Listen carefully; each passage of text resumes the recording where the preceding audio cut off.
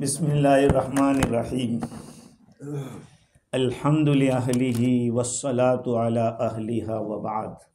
फ़अऊज़ु बिल्लाहि मिनश्शैतानिर्रजीम। बिस्मिल्लाहिर्रहमानिर्रहीम। फ़स्सल्लि लिरब्बिका वन्हर। सदक़ल्लाहुल अज़ीम। व फ़ी रिवायतिन क़ाला नबी सल्लल्लाहु अलैहि वसल्लम मन लम युदह्हि फ़ला यक़रुबन्न मुसल्लाना औ कमा क़ाल।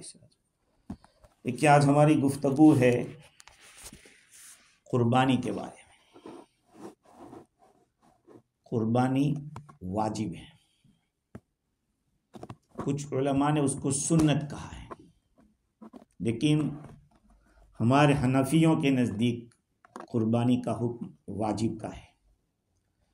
और इमाम अबू यूसुफ रहमतुल्लाह अलैह जो हनफी आलिम है, इमाम शाफी रहमतुल्लाह अलैह, ये हजरात उसको सुन्नत कहते हैं। नहीं करना तो है, लेकिन सुन्नत मुअक्कदा। चूँकि इमाम शाफी रहमतुल्लाह अलैह के नज़दीक फ़र्ज़ और सुन्नत बीच में स्टॉप नहीं है। हनफियों के नज़दीक 3 स्टॉप है, सुन्नत, वाजिब और फ़र्ज़। और वाजिब भी अमलन फ़र्ज़ ही की तरह है। भाई वितर है, वितर, हाँ वाजिब। देखो वितर वाजिब है, ऐसा थोड़ी कि हम छोड़ देते हैं। जैसे फ़र्ज़ को पढ़ते हैं ऐसे वितर को भी पढ़ते हैं। तो वो हजरत कहते हैं कि कुर्बानी करना सुन्नत है। उन लोगों की दलील ये है कि हुजूर अकरम सल्लल्लाहु अलैहि वसल्लम ने इरशाद फरमाया कि 3 चीज़ें ऐसी है जो मेरे ऊपर फ़र्ज़ है, तुम पर फ़र्ज़ नहीं है। एक वित्र, एक चाश्त की नमाज और एक है कुर्बानी।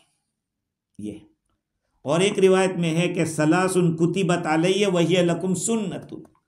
3 चीज़ें मुझ पर फ़र्ज़ है, तुम्हारे लिए सुन्नत है। और हज़रत अबू बकर सिद्दीक़ रदियल्लाहु अन्हु, हज़रत उमर रदियल्लाहु अन्हु 1 साल 2 साल कुर्बानी नहीं करते थे। भाई क्यों नहीं करते थे? वाजिब है तो ये इन लोगों की दलील है। उन हजरत का कहना ये है। और एक रिवायत ये कि अबू मसूद अंसारी रदियल्लाहु ताला अन्हु फरमाते हैं कि मेरे पास कभी कभी 1000 बकरियां होती है, लेकिन मैं कुर्बानी नहीं करता एक की भी, इस डर से कि मेरा पड़ोसी कहीं ये ना समझ ले कि ये जरूरी है, वाजिब है।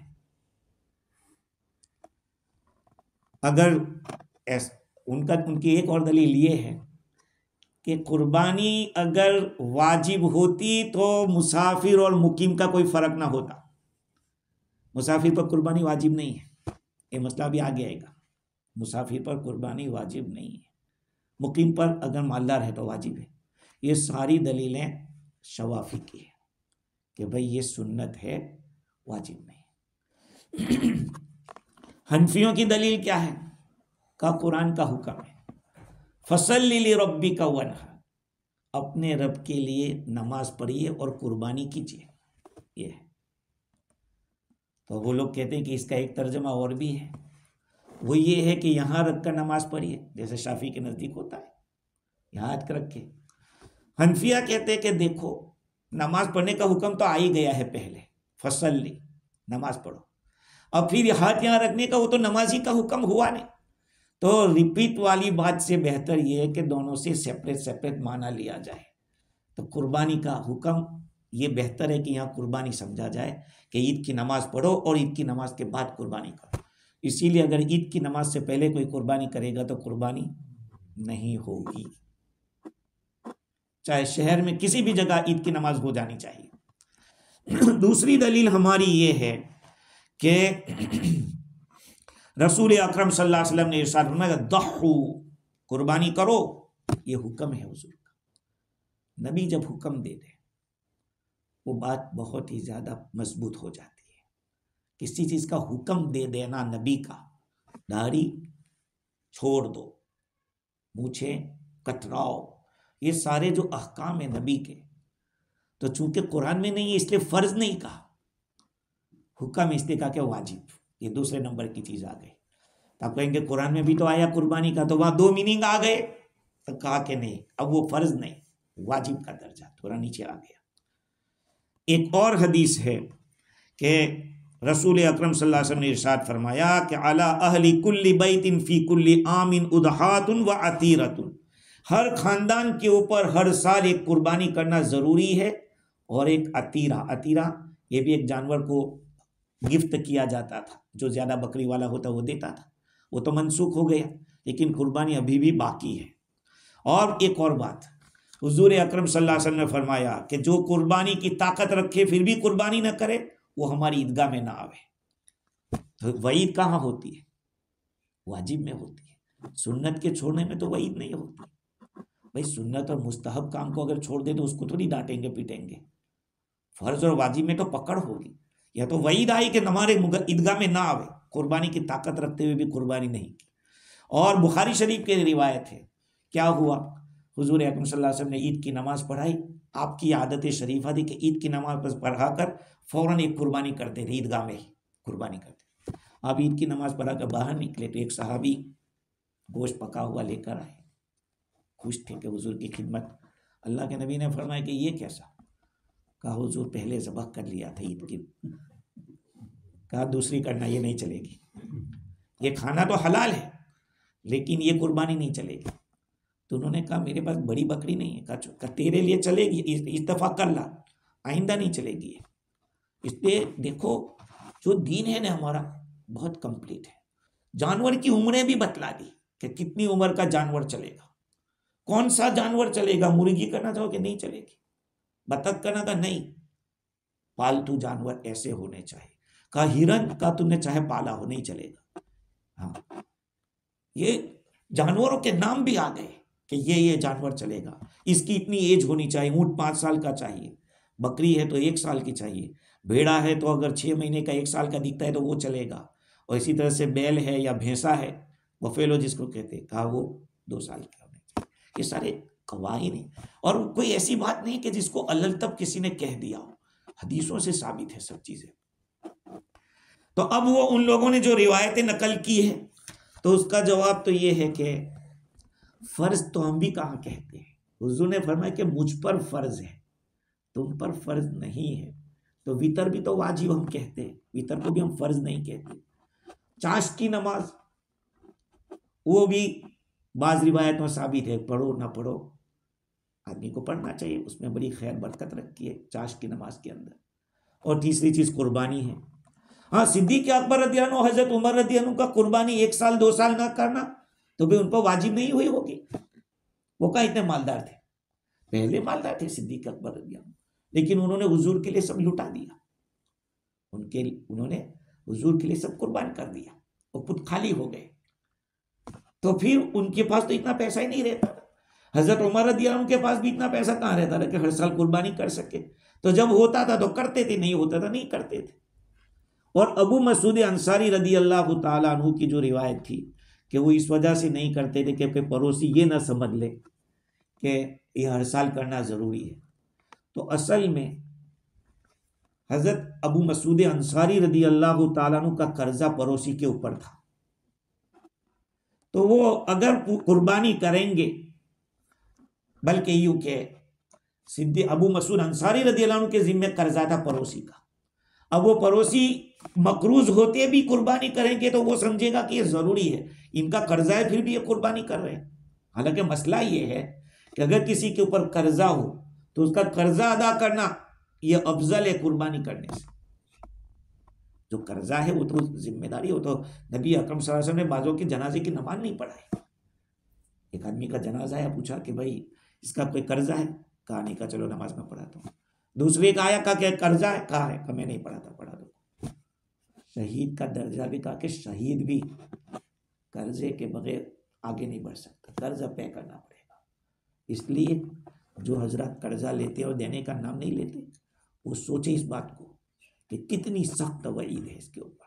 हाँ, तो वो पड़ोसी ये सोचेगा कि यह इनके जिम्मे कर्जा है मेरा, वो तो अदा नहीं करते और कुर्बानी कर रहे तो ये कुर्बानी जरूरी होगी, तो वो ऐसा समझ लेगा। इसलिए और रहा ये मसला कि मुसाफिर और मुकीम में फ़र्क है, तो उसका जवाब ये है कि मुकीम और मुसाफिर में फ़र्क है। क्यों फ़र्क है? आगे चल के बात आएगी कि मुसाफिर आदमी पर अगर कुर्बानी वाजिब कर देते तो वो सफ़र से रुक जाता, क्योंकि जानवर कहाँ तलाश करेगा, वो जानवर लेकर कहाँ जाएगा वो। ये दीन बहुत आसान है, हर चीज़ देखो। अगर आप सही इससे सोचोगे तो समझ में आएगा कि शरीयत का एक एक हुक्म अपनी जगह पर है। खैर, अब कुर्बानी किस पर वाजिब है, ये शराइत। सबसे पहली मुसलमान होना चाहिए, मुसलमान पर कुर्बानी वाजिब है, गैर मुस्लिम पर कुर्बानी वाजिब नहीं है। बल्कि उलमा ने लिखा कि किसी बड़े जानवर में 7 आदमियों में से 6 आदमी मुसलमान है और 1 आदमी गैर मुस्लिम है, किसी की भी कुर्बानी नहीं होगी, किसी की भी कुर्बानी नहीं होगी। ऐसा क्यों भाई? इसलिए कि कुर्बानी इबादत है और काफिर इबादत का लायक नहीं, उसकी इबादत कहां से होगी? तो इस्लाम की शर्त है। और ये जरूरी नहीं है कि जब कुर्बानी के दिन शुरू हो वहां से लेकर इस्लाम होना जरूरी है। कोई आदमी पहले गैर मुस्लिम था और कुर्बानी के दिन खत्म होने से पहले पहले इस्लाम में दाखिल हो गए, उसको कुर्बानी, अगर पैसा है, मालदार है, तो कुर्बानी वाजिब है उसके ऊपर। हाँ, और अगर कोई आदमी पहले मुसलमान था और नऊजुबिल्लाह कुर्बानी का दिन खत्म होते होते वो काफिर हो गया, तो फिर वो कुर्बानी नहीं चलेगी, वो अगर करना चाहता है तो। दूसरी शर्त है कि वो आज़ाद हो, इसलिए कि गुलाम तो खुद किसी चीज़ का मालिक नहीं है, माल का मालिक, उस पर कुर्बानी वाजिब होती है। तीसरी शर्त यह है कि वो मुकीम होना चाहिए, मुसाफिर पर कुर्बानी वाजिब नहीं है, इसलिए कि कुर्बानी जो अदा की जाती है वो हर जगह के ऊपर नहीं होती है, हर वक्त नहीं होती है। कुर्बानी जहां जानवर होगा वहीं तो होगी। मुसाफिर तो कहीं भी हो सकता है, अगर वो समंदर का सफर कर रहा है, प्लेन का सफर कर रहा है, तो वहां थोड़ी उसको जानवर मिलेगा। तो जानवर हर वक्त नहीं मिलता है और हर जगह भी नहीं मिलता है। अब जानवर के खास खास वक्त भी, जानवर कुर्बानी का वक्त भी मखसूस है और जानवर भी मखसूस है। इसलिए अगर मुसाफिर के ऊपर कुर्बानी वाजिब कर दी जाती तो वो हर जगह कुर्बानी करने पर कादिर न होता, और अगर वाजिब हम कर देते तो वो मोहताज हो जाता, ज़रूरत उसको पड़ जाती कि अब घरे ही रहो, सफ़र छोड़ दो, या उसका जो काम कर रहा है वो काम में रुकावट हो जाती कि नहीं, कुर्बानी मुझ पर वाजिब है, करनी पड़ेगी। इसीलिए हम बार बार कहते हैं, हाजी हज में जाता है और अगर मक्का मुकर्रमा में वो 15 दिन रुक गया है, 15 दिन कंटिन्यू रुक गया है, तो वो क्या हो गया? मुकीम हो गया। अब वहां से फिर मीना जा रहा है, अरफात जा रहा है, तो उसको कुर्बानी देनी पड़ेगी। एक हज की जो कुर्बानी है तो वो तो अलग है, लेकिन जो हम यहाँ करते हैं वो कुर्बानी उसको करनी पड़ेगी। वहाँ करे, यहाँ घर मकान के ऊपर करे, दोनों तो कोई हरज नहीं है, कर सकता है यहाँ भी, लेकिन ये हज वाली तो वहीं करनी पड़ेगी, वो यहाँ नहीं चलेगी। क्यों? इसलिए कि वो मुकीम है और मुसाफिर नहीं रहा। लेकिन एक आदमी गया यहाँ 5 दिन रुका मक्का में और निकल गया मीना और अरफात के लिए, हज के दिन शुरू हो गए, तो उस पर यह कुर्बानी वाजिब नहीं है, इसलिए कि वो मुसाफिर है। अगर कर देगा तो कोई गुनाह नहीं है, समझ लेना ये बात, वो एक्स्ट्रा समझा जाएगा, वो नफल समझा जाएगा। दूसरी बात यह है कि अगर आदमी कुर्बानी का दिन शुरू हुआ, कुर्बानी कितने दिन होती है? 3 दिन। हमारे नज़दीक 3 दिन है, शवाफी के नज़दीक 4 दिन है, 10, 11, 12, 13 शवाफी के नज़दीक, हनफिया के नज़दीक 10, 11, 12 ये 3 दिन। तो अगर एक आदमी 10वीं तारीख को तो घर पे था, मुकीम था, और 11वीं 12वीं को निकल गया सफर में, अगर वो बचने के लिए चाहता है तब तो उसके लिए सही नहीं है, क्योंकि दीन के साथ खिलवाड़ हो जाएगा, दीन के साथ खिलवाड़ हो जाएगा, ये तो सही नहीं है। लेकिन इत्तेफाकी तौर पर एक आदमी को ऐसा सफ़र पेश आ गया और वो इंतज़ाम नहीं कर पाया है तो कोई हरज नहीं है। लेकिन एक आदमी मुसाफिर था और कुर्बानी के दिनों में घरे आ गया, मुकीम बन गया, और अभी वक्त बाकी है, उसको कुर्बानी करनी पड़ेगी, इसलिए कि आखिरी वक्त के अंदर वो मुकीम है। अगर एक आदमी ने बकरी खरीद लिया, जानवर खरीद लिया था और मुकीम था, अचानक उसको सफ़र पेश आ गया, तो सफ़र कर दे, तो अब वो कुर्बानी करना उसके ऊपर ज़रूरी नहीं है, याद रख लेना, ज़रूरी नहीं है। वो किसी और की तरफ से भी कर सकता है, अपनी तरफ से नफल करे, कोई बात। गरीब आदमी अगर खरीद लिया है, गरीब आदमी, उसको तो करना ही पड़ेगा। ये दीन ऐसी चीज़ है कि जब तुमने शुरू कर दिया तो अब पूरा करना पड़ेगा। आपके ऊपर नफल नमाज जरूरी नहीं थी और आपने कहा कि चलो मैं जरा 2 रकात पढ़ लूँ। 1 रकात के बाद वजू टूट गया, वजू करने गए और आपने क्या सोचा कि यार ये तो मैंने ये नफल ही तो पढ़ा था, नफल ही तो शुरू की थी। कहा नहीं, शुरू करने से वाजिब हो गया, शुरू करने से वाजिब। गरीब आदमी कुर्बानी अगर खरीद लेता है तो ये फिक्स हो गया, उसको कुर्बानी करनी पड़ेगी। मालदार आदमी कोई कुर्बानी खरीदता है उससे वाजिब नहीं हो जाती, इसलिए कि उसको ऐसे ही मालदार है, उसको तो उसको करना ही है वो कुर्बानी। तो अगर किसी आदमी ने जो कि खुशहाल है और उसने कुर्बानी खरीदी और उसने वो नहीं की तो कोई बात नहीं, दूसरी कर सकता है। मालदार आदमी है वो तो कोई भी कर सकता है। और गरीब आदमी ने खरीदी और वो कुर्बानी गायब हो गई, गोया कि उसने अपने को वाजिब कर दी, गायब हो गई। गायब होने के बाद इसने दूसरा जानवर खरीदा और उसकी जगह के पर कर दिया। अब वो मिल गई तो उसको भी करना पड़ेगा, उसको दूसरी करनी पड़ेगी, इसलिए कि उसने वाजिब कर दिया था अपने ऊपर। गरीब आदमी जब कुर्बानी खरीदता है ना तो वो फिक्स हो जाती है, क्योंकि नफल काम को जब शुरू करते हैं तो वो वाजिब हो जाता है। अब हम लोग अगर यानी जिसके पास पहले से पैसा है, जिस पर कुर्बानी मालदार आदमी है, अगर वो खरीद लेगा तो वो फिक्स नहीं हो जाएगी, वो बदल भी सकता है। लेकिन बढ़िया बेचकर घटिया खरीदना मकरूह है।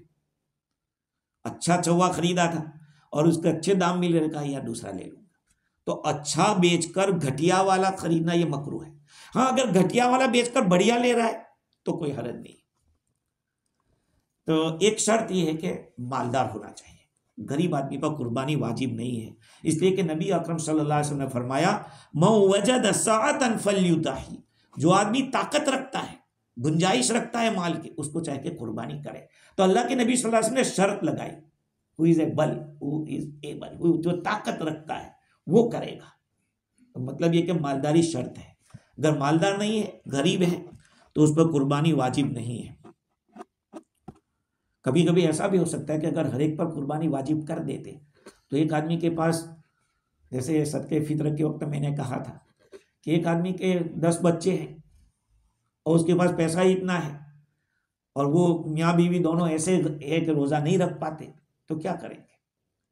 उनके पास तो $1000 है, तो $1000 में तो वही 450 चले जाएंगे। फितरा वो फिदिया जो उनको देना है वो तो 900 तो वही हो गए, और बच्चे ज्यादा है और इनका अगर 15 गिने जाओ तो यही खुद गरीब हो गए। समझ रहे बात? तो दीन के अंदर आसानी है, दीन में कोई सख्त ये नहीं है। हाँ, अगर कोई आदमी पैसे वाला है लेकिन कर्जे में डूबा हुआ है, उसके पास प्रॉपर्टी सब कुछ बहुत कुछ है लेकिन कर्जे में डूबा हुआ है, अगर पूरा कर्जे में डूब जावे उसका पैसा तो उस पर कुर्बानी वाजिब नहीं है। देखो, आदमी का जो निसाब देखा जाता है ना, तो रोटी, कपड़ा और मकान, इसके सिवा उसके पास जो चीजें हैं, गाड़ी भी जरूरत की चीज है, मोबाइल भी जरूरत की चीज है, इंसान की आदत असलिया है, इसके सिवा अगर किसी के आदमी के पास एक एक्स्ट्रा मकान है वो मालदार समझा जाएगा। एक्स्ट्रा मकान है, एक्स्ट्रा गाड़ी है जो कभी यूज नहीं करता है, बाद लोग इस तरह की गाड़ी रखते हैं कि ऐसे शो के लिए, अगर उसको बेचने के लिए जाए और उसका भी इतनी कीमत आ जाती हो तो वो भी मालदार कहलाएगा। तो आदमी की मालदारी के लिए रोटी, कपड़ा और मकान, जरूरत की जो चीजें हैं उससे जो जायद है उसको कलेक्ट ये किया जाएगा, जमा किया जाएगा। अगर वो निसाब को पहुंच जाता है तो उस पर कुर्बानी वाजिब, वो ज़कात भी नहीं ले सकता है, ये भी याद रखना। बहुत सारे लोग ऐसे होते हैं कि जिनके पास एक मकान है जिसमें रह रहे हैं और एक मकान ऐसे ही पड़ा है या किराए पे दे रखा है और वो ज़कात भी ले रहा है, उसके लिए उसको ज़कात देना जायज़ नहीं है। इसलिए कि अगर वो मकान को बेच दिया जाए तो वो मालदार हो जाएगा, वो उसकी एक एक्स्ट्रा चीज़ है, हाजत असलिया से जायद है। हाँ, एक मसला और है, एक आदमी है कि जिसके पास कैश पैसा नहीं है और जानवर भी नहीं है, माल तो है, तो कहा कि बेच के कुर्बानी कर, उसको बेच। जैसे कि ज़कात के अंदर कहा जाता है कि सोना तो बहुत है लेकिन पैसा कैश नहीं है, तो कहा सोना बेचो लेकिन ज़कात निकालो। एक आदमी मालदार है, खुशहाल है, उसने कुर्बानी की बकरी को खरीदा और क्या हुआ कि कुर्बानी गायब हो गए। गायब होने के बाद इस आदमी के पास माल कम हो गया, यहां तक कि निसाब से भी कम हो गया, वो गरीब हो गया और कुर्बानी के दिन आ गए, उसके पास पैसा नहीं है कि दूसरी बकरी खरीद सके, इसलिए कि निसाब कम है। तो अब वो क्या है, उसके ऊपर कुर्बानी वाजिब नहीं होगी। अगर वो उसको पा लेता है बकरी को और फिर वो गरीब है तो उसको वो कुर्बानी करने की जरूरत नहीं, इसलिए कि वो तो पहले मालदार था तब उसने खरीदी थी, अभी तो वो गरीब है, इसलिए उसको करने की जरूरत नहीं। अच्छा, एक और शर्त है कि जो कुर्बानी बालिग पर वाजिब होती है। इमाम अबू हनीफा रहमतुल्लाह अलैह और इमाम अबू यूसुफ फरमाते हैं कि बालिग होना शर्त नहीं है बच्चे, तो इसका ये मतलब कि बच्चे पर भी कुर्बानी वाजिब होगी इन दोनों के नजदीक। इमाम मोहम्मद और इमाम जुफर फरमाते कि नहीं, इसलिए कि बच्चे पर अगर आपने कुर्बानी वाजिब कर दी तो बच्चा तो पूरा गोश्त खा नहीं सकेगा। बच्चे के पैसों से माँ बाप ने कुर्बानी कर दी तो बच्चे का हक तो माँ बाप नहीं खा सकते। अगर आपके बेटे को किसी ने $10 दिए हैं तो आप कहो कि लाओ बेटा मुझे दे दे, आप नहीं ले सकते, वो उसका है। हम लोग क्या कहते हैं, अरे हम उनके बच्चे को देते हैं तो वो आपको देते हैं। हम अपने बच्चों को यूं समझाते हैं ऐसा होता है कि नहीं, कि वो तुझे थोड़ी दिया है, वो तो हम उनके बच्चे को देते हैं इसलिए वो दे रहे हैं। लेकिन मसला ये है कि वो बच्चे को दिया है, उसको आप नहीं ले सकते। बच्चे के माल में आप इंक्रीज तो कर सकते, बढ़ा तो सकते, लेकिन कम नहीं कर सकते। अब यह है कि बच्चे के पैसों से आपने जानवर खरीदा, बच्चा खाएगा कितना, खाएगा कितना? तो दूसरा तो का सदका तो कर नहीं सकती, इसलिए कि बच्चे का नुकसान हो रहा है इसके अंदर। तो इमाम मोहम्मद इमाम जुफर रहमतुल्लाह के कौल पर फतवा है कि जैसे बच्चे के माल में ज़कात वाजिब नहीं है, ऐसे ही बच्चे के माल के अंदर कुर्बानी भी नहीं है। हाँ, माँ बाप अगर नफल कर दे अपनी तरफ से वो बात अलग है। एक आदमी गरीब है, उसने कुर्बानी की और कुर्बानी कर डाली उसने, और कुर्बानी के दिन खत्म होने से पहले पहले मालदार हो गया, उसको दूसरी करनी पड़ेगी, इसलिए कि जो पहली की वो तो नफल की है, अब मालदार हुआ तो अब वाजिब करनी पड़ेगी उसको। और तो बालिग होना और आकिल होना, अगर पागल आदमी है वो भी बच्चे के हुक्म में है, लेकिन फतवा इमाम मोहम्मद और इमाम जुफर के कौल के ऊपर है, इसलिए कि बच्चे के माल में कुर्बानी वाजिब करने से बच्चे का नुकसान होता है। या तो उसका जो गोश्त है उसको कुछ बेचना पड़ेगा, बेच भी नहीं सकते, कुर्बानी का गोश्त बेच भी नहीं सकते। तो अब उन लोगों से पूछा जाएगा, इमाम अबू यूसुफ इमाम अबू हनीफा रहमतुल्लाह से, कि अब बच्चे के गोश्त का क्या करें, उसका जो तो उसका मसला उन्होंने ये बतलाया कि जैसे हमारे फिजी वालों को तो ये मसला समझ में क्यों नहीं आएगा, क्योंकि हमारे यहाँ चमड़े की कोई कीमत ही नहीं है फिजी में, सभी फेंक देते, अब क्या करेंगे, इंडस्ट्री नहीं है उसकी। लेकिन ये मसला इंडिया पाकिस्तान और उसके अंदर समझ में आएगा, क्योंकि जो बड़ा जानवर होता है, बैल होता है, उसके चमड़े की कीमत इंडिया में आती है 1200-1500 रुपये, 1700 रुपये, इस तरह की आती है। तो फिर उसको क्या करना पड़ता है, सदका करना पड़ता है। या तो जिस आदमी ने कुर्बानी की है उसी को साफ करके अपने घर पे रखे, कोई बात नहीं, या इसके मुकाबले में कोई चीज ले इस्तेमाल की। तो इमाम अबू यूसुफ या इमाम अबू हनीफा रहमतुल्लाह इमाम यूसुफ फरमाते हैं कि बच्चे के माल में जो कुर्बानी की है उसका जो गोश्त बचा है उसके मुकाबले में कोई ऐसी चीज ले लो जिसको बच्चा इस्तेमाल कर सकता हो, ये। लेकिन फतवा उसके ऊपर है कि बच्चे के माल के अंदर ये नहीं है। अच्छा, कुर्बानी का वक्त सुबह सादिक होती है 10वीं जिलहज्जा, ईद का दिन, वहां से कुर्बानी का वक्त शुरू होता है, तब कुर्बानी वाजिब होती है। तो हमारे जैसे कहा कि हनफियों के नजदीक 3 दिन, शवाफी के नजदीक 4 दिन तक कुर्बानी कर सकते हैं शवाफी के नजदीक। एक मसला, कुर्बानी वाजिब कब होती है? ईद की सुबह सादिक के बाद, 10वीं जिलहज्जा की। अब होता यह है कि अमेरिका है, कनाडा है, वो हमसे एक दिन पीछे रहते हैं। फॉर एग्जाम्पल आज कल थर्सडे है, फॉर एग्जाम्पल कल ईद है हमारे यहाँ, तो उन लोगों के यहाँ ईद भी थर्सडे को ही है, थर्सडे को ही ईद है, लेकिन उनकी थर्सडे कब होगी? बाद में होगी। तो अब सवाल ये है कि उसकी कुर्बानी जो हमारे मुल्क में हो रही है, क्या हम सुबह सादिक के फौरन बात कर सकते हैं या नहीं कर सकते? समझे बात? समझ गए? सुबह सादिक हमारी यहाँ जैसे कल सुबह हो जाएगी तकरीबन 6 बजे, समझ लो तकरीबन 6 बजे, और उनकी तो होगी दूसरे दिन। अब हमने कुर्बानी कर डाली उनकी हमारे मुल्क के अंदर, जबकि उन पर कुर्बानी वाजिब हो रही है हमारे बाद, तो क्या ये कुर्बानी एक्सेप्टेबल है कि नहीं है? कुर्बानी इस पर वाजिब ही नहीं है। तो बाज़ उलमा ने ये कहा, जैसे मैंने ये मसला आपको बतलाया था कि ज़कात के अंदर क्या देखा जाता है, माल कहाँ पर है ज़कात में, फितराने में आदमी कहाँ, ये देखा जाता है।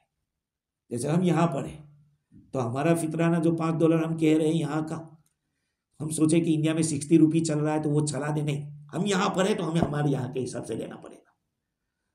तो उलमा ने लिखा कि कुर्बानी में जानवर देखा जाता है, कुर्बानी में जानवर देखा जाता है। तो बाज़ उलमा ने कहा कि जहां जानवर है वहां वक्त हो गया कर दो, लेकिन एहतियात करना जरूरी है कि हमारा भी टाइम हो रहा हो कुर्बानी का और उनका भी टाइम हो गया हो। समझ रहे हैं? अगर हमने उनके टाइम से पहले कर दिया तो इसका ये मतलब कि उस पर कुर्बानी वाजिब नहीं हुई थी और वक्त से पहले हमने कर दिया। इसलिए अगर ऐसे मुल्क वाले कुर्बानी करा रहे हो हमारे पास या यहाँ, तो इसका ख्याल रखा जाए कि उनका भी सुबह सादिक हो गया, उनका भी टाइम हो गया, तब कुर्बानी की जाए। समझ रहे बात? और भी बहुत सारे मसाइल हैं कुर्बानी के बारे में, तो जानवरों के बारे में भी मसाइल है, हिस्सों के बारे में भी मसाइल है। मिसाल के तौर पर बड़े जानवर में 7 आदमी शरीक होते हैं, लेकिन अगर किसी जगह पे 6 आदमी शरीक हो गए, कहने हम 6 शरीक होते, तो उलमा ने लिखा है कोई बात नहीं, लेकिन 8 शरीक हो गए किसी की कुर्बानी नहीं होगी। याद रख ले, बड़े जानवर में 7 आदमी शरीक होते हैं, लेकिन 8 शरीक हो गए तो किसी की भी कुर्बानी नहीं होगी। जानवर तो हलाल रहेगा, बिस्मिल्लाह पढ़ के ज़बह किया इसलिए, लेकिन कुर्बानी किसी की नहीं होगी। इसी तरह से उलमा ने लिखा है कि सबका हलाल पैसा है, लेकिन एक आदमी हराम पैसे वाला है और किसी की कबूल नहीं होगी। एक बात और याद रखें, ये जो कुर्बानी और अकीका होता है ना, आपने ऐसे बिस्मिल्लाह या अल्लाह अकबर बोल के छुरी चलाई, खून निकल गया, आपकी कुर्बानी हो गई, कुर्बानी पूरी हो गई, अकीका आपका हो गया। अब उसके बाद आपका काम है गोश्त को तकसीम करना, पूरा खा जाना, ये बाद में बात की बात है। लेकिन ये है, अब ये खून थोड़ी तकसीम कर सकते कि 7 हिस्से वाले थे तो आधा इसका इतना हिस्सा, इसका इतना हिस्सा, तो पूरा जानवर ज़बह होगा। तो अगर किसी एक की भी नीयत इबादत की नहीं है तो किसी की कुर्बानी नहीं। एक आदमी ने कहा यार मेरा भी हिस्सा रख देना, जरा गोश्त मिल जाएगा मुझे भी, गोश्त खाने की नीयत से करवाया, किसी की भी कुर्बानी नहीं होगी। सबकी नीयत कुर्बानी की होनी चाहिए। ये भी एक मसला बार बार आता रहता है बहुत, बल्कि बाद उलमा भी इसमें ये रहते हैं, कंफ्यूज रहते हैं। यही का एक मसला मेरे पास आया जब मैं फिजी में था कि एक आदमी अपने 2 बच्चे हैं, लड़के हुए हैं, उनका अकीका करना चाहते हैं, अकीका, और कहा कि 4 भेरे तो नहीं लगेंगे, उसको तो पब्लिक ज़्यादा आएगी। तो मौलाना ने मुझे फ़ोन किया, मैंने कहा एक काम करो, बड़ा जानवर ज़बह कर दो, 4 हिस्से अकीके के हो जाएंगे, 3 हिस्से नफल सदका कर दो। अब मुझे जैसे कंफ्यूज है, कहा यार, मैंने कहा उसमें क्या है, नफल सदका गरीब मालदार मुस्लिम गैर मुस्लिम सब खा सकते हैं, बीवी बच्चे अपने बच्चों पे खर्च करो, वो भी सदके का सवाब है, तो कौन सा सदका है, वो नफल सदका है। किसी गरीब गैर मुस्लिम को भी अगर आपने $5 दे दिए तो ये थोड़ी है कि सदके का सवाब नहीं मिलेगा, नफल सदके का सवाब तो मिलेगा आपको। तो नफल सदके में सब, तो कुर्बानी के अंदर भी अगर अकीका कोई करना चाहता हो तो कर सकते हैं, इसलिए कि अकीका भी तो इबादत है, अकीका भी तो सुन्नत है, कुर्बानी वाजिब है, तो कुर्बानी भी इबादत, अकीका भी इबादत। इन 2 चीजों को आप कंबाइन कर सकते हैं। कुर्बानी के साथ नफल सदके की नीयत से भी करना जो कर सकते हैं, कोई हरज नहीं। कोई सवाल पूछना हो तो, क्योंकि मरहूम गुजर गया, अपन कुर्बानी करते हैं, अब हम आगे कर सकते हैं कि नहीं? बिल्कुल। देखो एक बात याद रखो, हमारे ऊपर कुर्बानी वाजिब है तो मुझे तो अपनी करनी है। अपने अब्बा अम्मा दादा दादी जितने भी मरहूम गुजर गए सबकी तरफ से कर सकते हैं। ईमान वाले होने चाहिए, मुसलमान होने चाहिए, और सवाब मिलेगा। ये जो खामोखा का हुआ कर रखा है कि मरहूम की तरफ से नहीं कर सकते, कर सकते। मरहूम की तरफ से कुरान भी पढ़ के सवाब दे सकते, मरहूम की तरफ से नफल सदका भी कर सकते। समझ रहे बात? हाँ, एक और मसला। हाँ हाँ, अच्छा, एक और मसला, इस बात मसले पे मसला। किसी आदमी ने यह कहा कि मेरे मरने के बाद मेरी तरफ से मेरी जो फुलानी प्रॉपर्टी है उसमें से कुर्बानी करते रहना, ये कहा। तो आपको हर साल उनके माल में से कुर्बानी करनी पड़ेगी और इस कुर्बानी का गोश्त आपको सदका करना वाजिब है। गरीब ही आदमी को दे सकते हैं, अब मालदार को नहीं दे सकते, क्योंकि ये वाजिब है, वाजिब सदका हो गया। समझ रहे बात को? एक तो ये आदमी अपनी खुशी से अपने, जैसे हजरत अली रदी अल्लाह ताला अन्हु को हुजूर अकरम सल्लल्लाहु अलैहि वसल्लम ने, देखो यही दलील है हमारी, यही हमारी दलील है कि दुनिया से जो चले गए उनकी तरफ से कुर्बानी कर सकते हैं कि नहीं। हजरत अली रदी अल्लाह ताला अन्हु हर साल हुजूर सल्लल्लाहु अलैहि वसल्लम की तरफ से कुर्बानी करते थे। तो हुजूर तो दुनिया में, हमारा अकीदा तो है कि हुजूर अपनी कब्र में जिंदा है, हयातुन नबी हमारा अकीदा है, लेकिन हमारी तरह तो नहीं है, दुनिया से तो चले गए। हुजूर ने फरमाया था वो हर साल कुर्बानी करते रहते थे और हुजूर ने पूरी उम्मत की तरफ से भी कुर्बानी की थी। इसलिए हम लोगों को चाहिए कि अपने रिश्तेदार जो मरहूम है उनकी तरफ से भी करें, एक आध हिस्सा अल्लाह के रसूल का कर दे और एक आध हिस्सा अज़वाज मुतहरात में से किसी का इस साल किया, किसी का दूसरे साल किया, किसी का तीसरे साल किया, अज़वाज मुतहरात उनको भी शरीक कर लें। सहाबाए किराम की तरफ से कुछ करें, क्योंकि उन्होंने उम्मत पर बहुत बड़ा एहसान किया है, तो कोई हरज नहीं है, कर सकते हैं। और कोई जानवर का जो बॉडी पार्ट रहता है, हाँ, अगर जो कोई पार्ट मिसिंग है उसकी कुर्बानी जायज़ है, कर सकते हैं? हाँ, देखो अब वो देखा जाएगा कि कौन सा पार्ट मिसिंग है, क्योंकि कल ही मेरे पास एक मसला आया था फिजी से कि एक जानवर को कुछ जख्म हो गया था और जख्म ठीक होते होते अच्छा हो गया, लेकिन थोड़ा सुराख रह गया है। तो मैंने कहा कि जब अब वो खा रहा है, पी रहा है, मैंने यही पूछा कि कौन से पार्ट में हुआ है। अगर पाँव में हुआ है और चल नहीं सकता, कुर्बानी नहीं चलेगी। अगर ऐसा पार्ट है जो पार्ट ये यूजफुल नहीं है, फॉर एग्जाम्पल 2 गोली जो आती है, 2 गोली, उसमें से 1 गोली गायब है, नहीं होता है, हाँ निकाल देते। अच्छा, तो वो खाई भी कहाँ जाती है? ये खाई भी नहीं जाती। बल्कि मैं आप लोगों को बताऊं कि हमारे फिजी के अंदर एक, वो तो गैर मुस्लिम खाते हैं, वो दूसरी बात में और मसला बताना चाहता हूँ। हमारे फिजी के अंदर 2 चीज़ें लोग नहीं कर रहे हैं। एक तो फिजी के कानून की वजह से फीमेल की कुर्बानी नहीं करते, फीमेल की कुर्बानी, गाय की कुर्बानी नहीं करते, एक हमारे, मैंने सुना। और उसमें एक तो कानून है और दूसरी एक वजह भी है फिजी के अंदर कि अगर पेट में बच्चा रहेगा तो क्या करेंगे, जिसको गाभिन कहते हैं। अगर गाभिन नहीं है तो फीमेल की कुर्बानी करना अफजल है। क्यों अफजल है? इसलिए कि जो गोली की जगह है वहां थन होता है, उसको खड़ी कहते हैं, खड़ी, वो खाई जाती है, उसको खाया जाता है। और जो मेल होता है उसमें वो चीज खाई नहीं जाती। तो इसका ये मतलब कि फीमेल के अंदर मौजम हिस्सा, जो बड़ा हिस्सा है, वो खाया जाता है। एक तो ये है कि हमारे यहाँ फीमेल नहीं होती। दूसरी एक बात ये है कि फिजी के अंदर बड्डी वाला जानवर करने को भी लोग ऐब समझते हैं। बड्डी जानते हैं?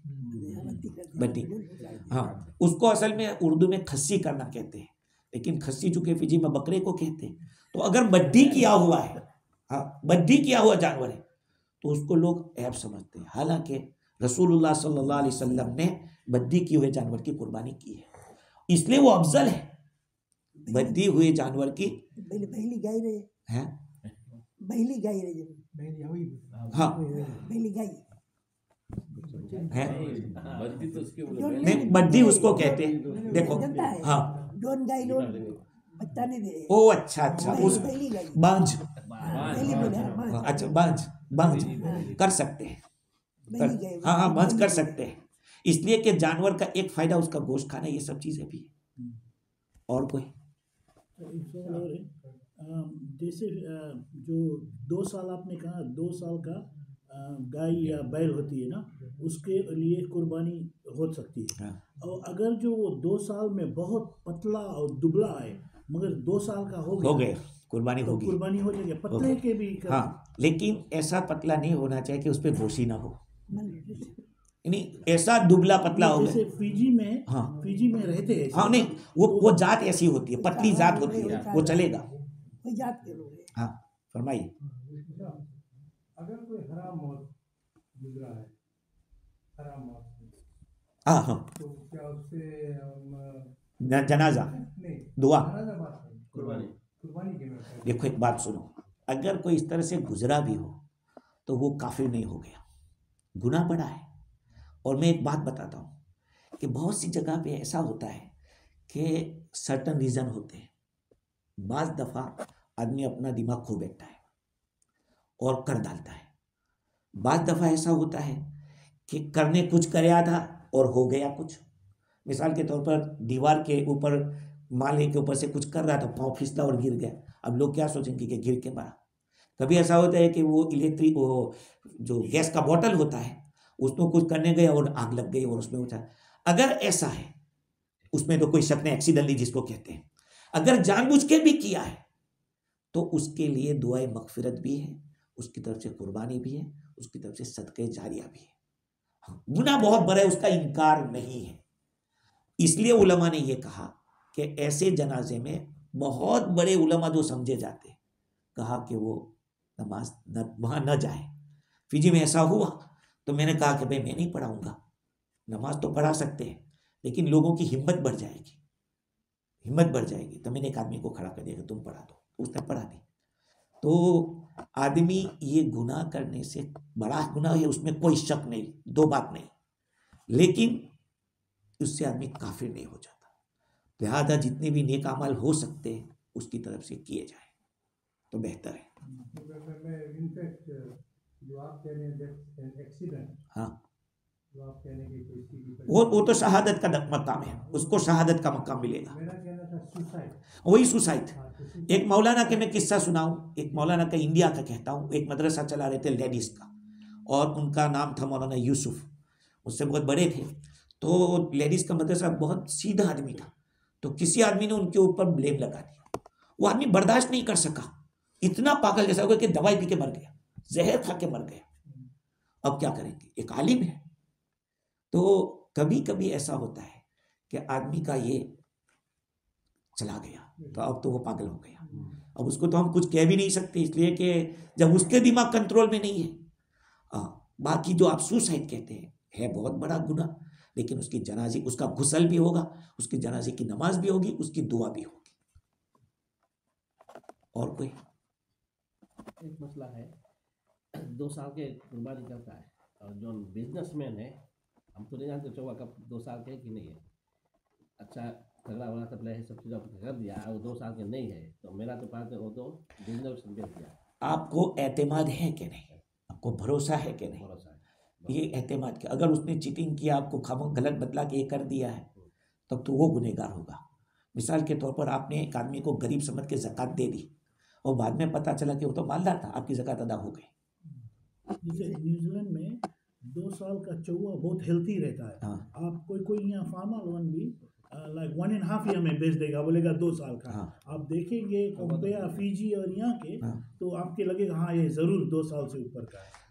एतमाद की बात है। आपको जो आदमी जानता हो यहाँ का कि ये 2 साल का है, बाद दफ़ा दांत देख कर बता देते हैं, बाद दफ़ा उसका अंदाज़ा हो जाता है। अगर अंदाज़ा, तो फिर हदीस में है कि दा मा यरीबुक इला मा ला यरीबुक, जो आपको डाउटफुल है उसको छोड़ो और जो डाउटफुल नहीं है उसको पिक करो। या तो दबाव के बाद दांत करता ये मेरा जो तुम कटा रहे हाँ। हैं कर सकते नहीं। वो तो पहले भी कह दिया, दुम कटा जानवर जो है, दुम कटा जानवर, उसकी कुर्बानी मैं आपको साफ बात में किसी भी किताब के अंदर उसको जायज़ नहीं लिखा है। हमारे मुल्क के अंदर अगर भेड़ा दुम वाला चाहिए तो आप $5 ज़्यादा दे दो, मिलेगा। और अभी तो अल्हम्दुलिल्लाह ऐसा हुआ है कि गोटलैंड नाम की एक और ब्रीड आई है कि जिसकी इतनी सी ही दुम होती है, वो काटते नहीं बचपन से ही, और हमेशा इतनी ही रहती है, उसको गोटलैंड कहते हैं। तो वो खरीदा जाए। और अगर आपको चाहिए तो अल्हम्दुलिल्लाह अब तो मुसलमान फार्मर भी हो गए हैं, खुदा करे कि स्लॉटर हाउस भी मुसलमानों के हो जाए। हाँ। और कोई? शुरू में आपने पढ़ा था कि हर खानदान के ऊपर एक जानवर कुर्बानी करना है, वो हदीस थी। तो उसके हाँ बताया कि मस्जिद में वो ना आए जो हाँ तो हर अच्छा, इमाम मालिक रहमतुल्लाह अलैह के यहाँ ऐसा है कि कोई खानदान कितना बड़ा हो, उसमें 10 आदमी भी मालदार है, कोई बात नहीं, अगर एक चौवा कर दिया यानी बड़ा जानवर कर दिया, सबकी तरफ से काफ़ी हो जाएगा। समझ रहे?